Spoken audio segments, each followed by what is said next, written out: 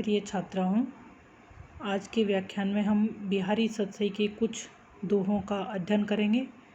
तो हमारे 14-15 दोहे तो हो गए थे और कुछ दिक्कत हो आपको तो आप पूछ लीजिएगा। अब हम यहाँ से शुरू करते हैं। तजी तीरथ हरि राधिका तन दुति कर अनुराग, जिहि ब्रज केली निकुंज मग, पग पग होत प्रयाग। इसमें राधा और कृष्ण की जो युगल छवि है, जो राधा और कृष्ण का युगल मूर्ति है, युगल छवि है, उसकी उपासना पर बल देते हुए उनके अलौकिक जो सौंदर्य और पवित्रता है उसके बारे में बतलाया गया है। कवि कहते हैं, कवि अपने मन को संबोधित करते हैं, एक भक्त अपने मन को संबोधित करते हुए कहते हैं कि हे मन, तू तजी यानी त्याग दे, तीर्थ स्थानों का भ्रमण करना छोड़ दे। तजी त्याग देना, तीर्थ स्थान, तीर्थ स्थानों का भ्रमण करना छोड़ दे। हरि श्री कृष्ण, राधिका राधा, तन शरीर, दुति यानी कांति यानी चमक यानी शोभा। श्री कृष्ण और राधा की जो युगल मूर्ति, जो शरीर का सौंदर्य है, कर अनुराग, अनुराग प्रेम, उनसे प्रेम कर, यानी श्री कृष्ण और राधा की जो युगल मूर्ति है उससे प्रेम कर। जिहि ब्रज, जैसे ही ब्रज यानी ब्रज में, केली यानी केली निकुंज यानी जो वन उपवन है, क्रीड़ा कुंज है, केली यानी क्रीड़ा, निकुंज यानी वन, मग यानी मार्ग, पग पग यानी कदम कदम पर, होतु होता है, प्रयाग यानी प्रयागराज। क्योंकि श्री कृष्ण की और राधा की छवि से प्रेम करने पर, अर्थात उनके युगल रूप में ध्यान लगाने पर, उन्हीं के चरण चिन्हों से ब्रज के पग पग पर अर्थात केली कुंजों के स्थान पर प्रयाग जैसे पवित्र तीर्थ स्थान बन गए हैं। अर्थात राधा कृष्ण के लीला क्षेत्र तीर्थराज प्रयाग के समान ही पवित्र माने गए हैं। अतः उनमें उनके पग स्थलों का ध्यान करने से, उनकी युगल मूर्ति का ध्यान करने से, उनसे प्रेम करने से ही हमें ऐसा लगता है कि जैसे जो क्या है, जो है ब्रज है, उसके उसके कदम पग पग पर जैसे प्रयागराज बन गया हो। धार्मिक आस्था के अनुसार प्रयाग में गंगा, यमुना और सरस्वती यानी तीनों नदियों का संगम है और वहाँ स्नान करने से व्यक्ति के जो समस्त, यानी प्रयाग का होता है ना, कुंभ का मेला लगता है तो इन तीनों जगह यानी प्रयाग में भी लगता है। तो वहाँ मान्यता यह है कि इन जगह पर स्नान करने से व्यक्ति के जो समस्त पाप हैं वो मुक्त हो जाता है। तो यहाँ जो राधा की शोभा है गौरवर्ण की है तो गंगा की धारा है, कृष्ण की शोभा श्यामवर्ण की है तो यमुना की धारा है, और उन दोनों का मिश्रण से जो हरित और पीत वर्ण उत्पन्न होता है, जो होता है, उससे जो सरस्वती नदी है उसकी धारा बनती है। तो ऐसा लगता है राधा और कृष्ण की जो युगल छवि है, हरि राधिका तन दुति कर अनुराग, उन्हीं से अनुराग करना चाहिए, क्योंकि उसी में हमें प्रयागराज की अनुभूति हो सकती है। उसी से प्रेम करें तो हमें उस प्रयागराज जैसा ही वहाँ पर अनुभव होगा। औंधाई सीसी सुलखी, बिरह बरनी बिल्लात, बीच ही सूखी गुलाब गो, छीटो छुई न गात। यहाँ पर नायिका के विरह का अतिशोक्तिपूर्ण वर्णन किया गया है, विरह दशा का वर्णन है। जो नायिका की सखी है वो नायक से कहती है, औंधाई सीसी सुलखी, बिरह बरनी बिल्लात। सुलखी लखी यानी देखा, बिरह यानी विरह में, बरनी यानी जलते हुए, बिल्लात यानी विलाप करते हुए।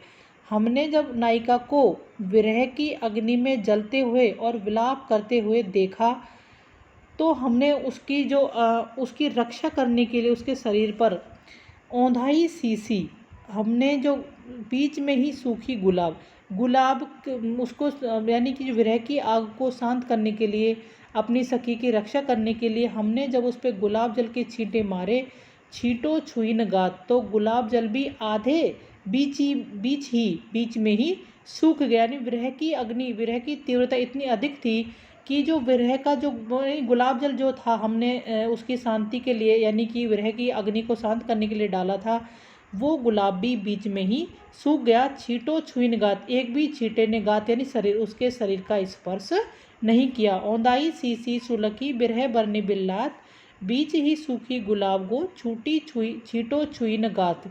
हमारी सखी यानी जो नायिका है वो विरह की अग्नि में, विरह की जो विरह का जो अगन है, वो अग्नि है, इतनी तेज है कि वो उस विरह के कारण वो विलाप कर रही है।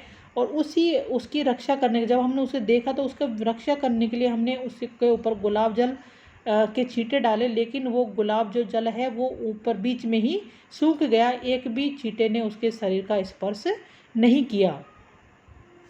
मैं बरजी के बार तू इत कित लेत करोट, पंखुरी लगे गुलाब की परी गात खरोट। एक नायक माननीय नायिका है जो अपने नायक से रूठकर दूसरी ओर करवट ले लेती है। जिधर उसकी सखी सोई हुई है तो उसकी सखी उससे कहती है, मैं बरजी, बरजी यानी रोकना, मैंने तुझे कितनी बार रोका है, इत कित लेती करो, तू इधर उधर कलवट मत ले।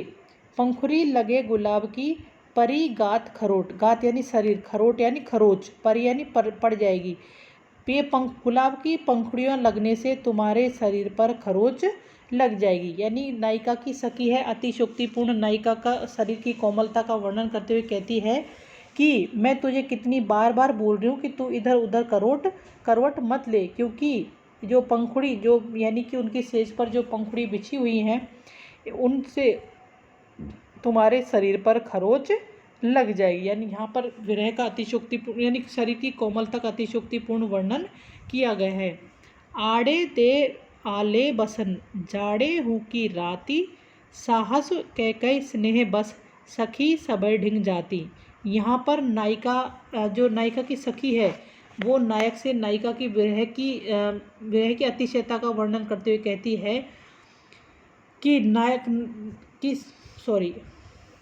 आड़े दे आले बसन जाड़े हु की रात, यानी जाड़ा यानी सर्द ऋतु, सर्द काल की रात्रि, शीत रात्रि, सर्द काल की रात्रि कैसी होती है, शीतकालीन, सर्द काल की शीत रात्रि में भी आड़े दे आले वसन, आले यानी गीले, वसन यानी वस्त्र, गीले वस्त्रों को धारण करके, यानी सर्द ऋतु की शीत रात्रि में गीले वस्त्रों को धारण करके साहस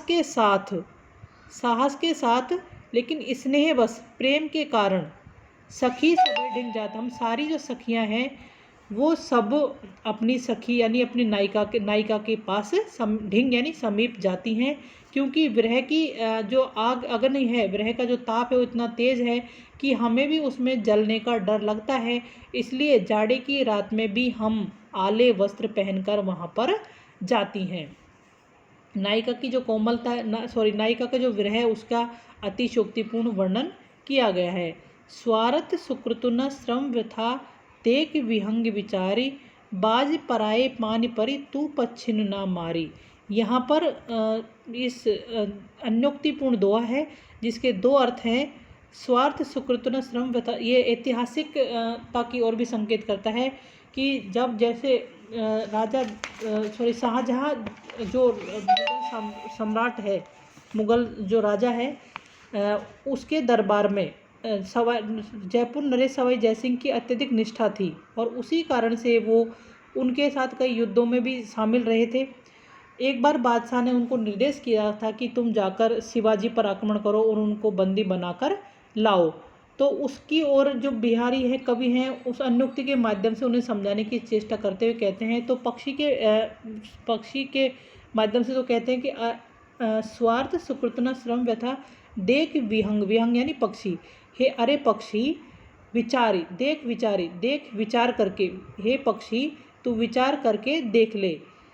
इस कार्य को करने से, कौन सा कार्य, पक्षियों पर यानी जो शिकारी है उसके हाथ में बाज है और वो पक्षी उसे शिकार करवा रहा है, तो उसे पक्षियों से कहता है तू पक्षियों से इस कार्य से तेरा स्वार्थ सिद्ध नहीं होगा, क्योंकि तेरे द्वारा जो किया गया शिकार है उसको तो शिकारी ले लेगा, कोई पूर्ण भी नहीं होगा।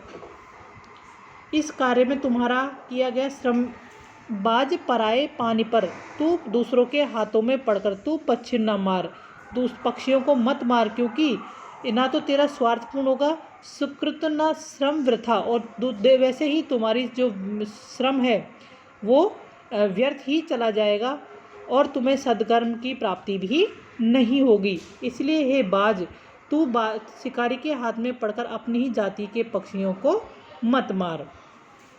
हे विहंग, तू विचार करके देख ले, इस कार्य को करने से ना तो तेरा स्वार्थ सिद्ध होगा, स्वार्थ सिद्ध होगा, सुकृतु, और ना ही किसी पुण्य की प्राप्ति होगी, श्रम वृथा, और तुम्हारा जो श्रम है वो भी व्यर्थ ही चला जाएगा। देख विहंग विचार, हे पक्षी तू विचार करके देख ले।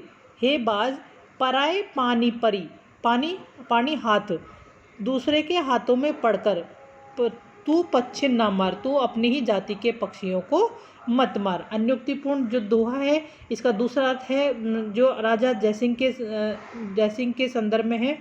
कवि कहता है कि हे राजन, आप मित्रता और निष्ठा के कारण अपने कर्तव्य का निष्ठा की भावुकता में आकर अपने कर्तव्य का विचार करना छोड़िए मत, अपने कर्तव्य का विचार कर ले इस कार्य से। किस कार्य से? शिवाजी पर आक्रमण करने के कार्य से। ना तो आपका स्वार्थ सिद्ध होगा और ना ही आपको कोई यश मिलेगा। यश क्यों नहीं मिलेगा?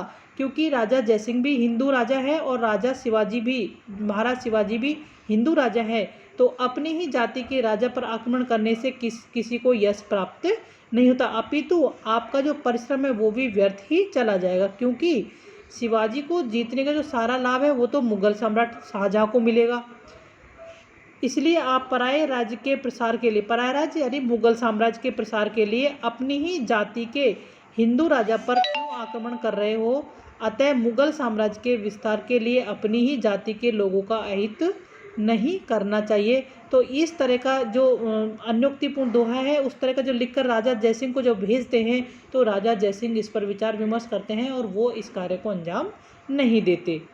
शीश मुकुट कटिकाचिनी कर मुरली उर्माल, यही मानक मो मन सदा बसो बिहारी लाल। यानी कवि ने, जो कवि बिहारी हैं उन्होंने यहाँ नीति, भक्ति और श्रृंगार तीनों ही धाराएं जो हैं लगातार परस्पर चलती जा रही हैं।